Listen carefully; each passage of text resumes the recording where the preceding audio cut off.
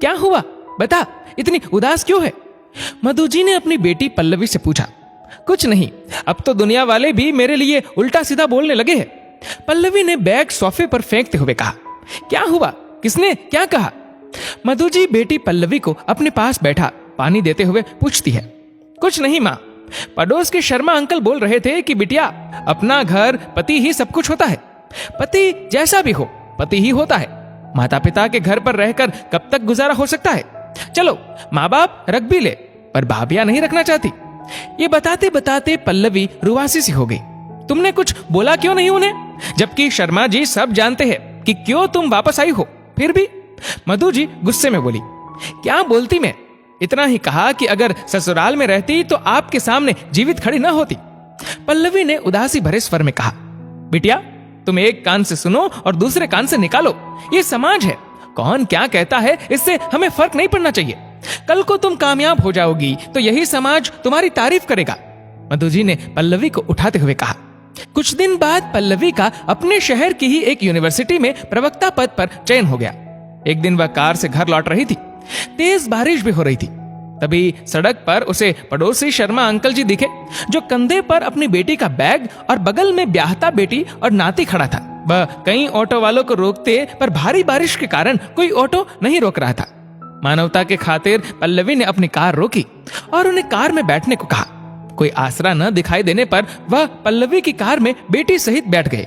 कुछ देर बाद चुप्पी तोड़ते हुए पल्लवी ने शर्मा जी की बेटी का हालचाल पूछा, जो कि उससे 2-3 साल ही छोटी थी। कार के ऊपरी शीशे से पल्लवी ने उनकी बेटी पर नजर डाली, जो देखने में उदास परेशान लग रही थी।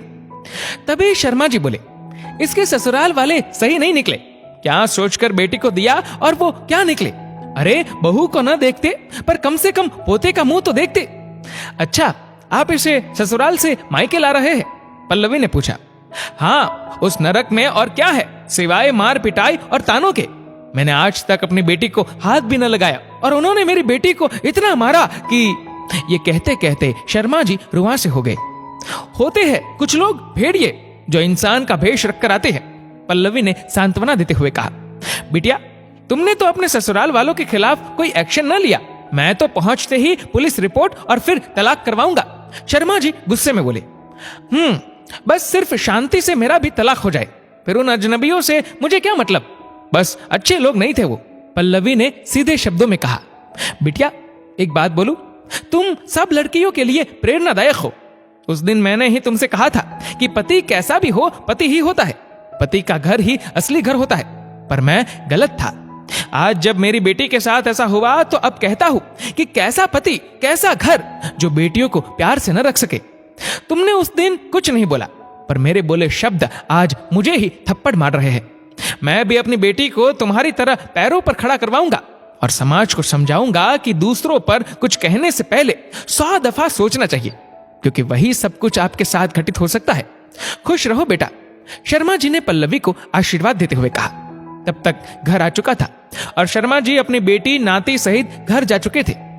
पल्लवी की मां बाहर ही पल्लवी का इंतजार कर रही थी। शर्मा जी को अपनी बेटी सहित कार से उतरते देख हैरान थी। क्या हुआ, आज शर्मा जी तुम्हारे साथ आए? मधु ने हैरानी से पूछा। पल्लवी ने सब बात बताई। ओह, कितनी प्यारी बच्ची है, उसका बेटा भी प्यारा है।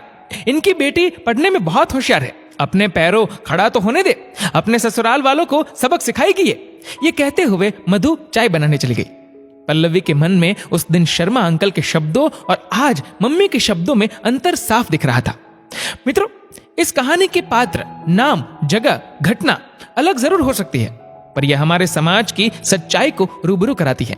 अगर आस पड़ोस, नाते रिश्ते में कोई लड़की ससुराल छोड़ मायके आती है तो न जाने हम बिना सोचे समझे उस लड़की को क्या क्या सुनाते हैं, पर हम कहीं ना कहीं ये भूल जाते हैं कि हर घर में बेटी होती है। तो कभी किसी की बेटी के लिए ऐसे शब्द न बोले जो भविष्य में आपको भी सुनने पड़े।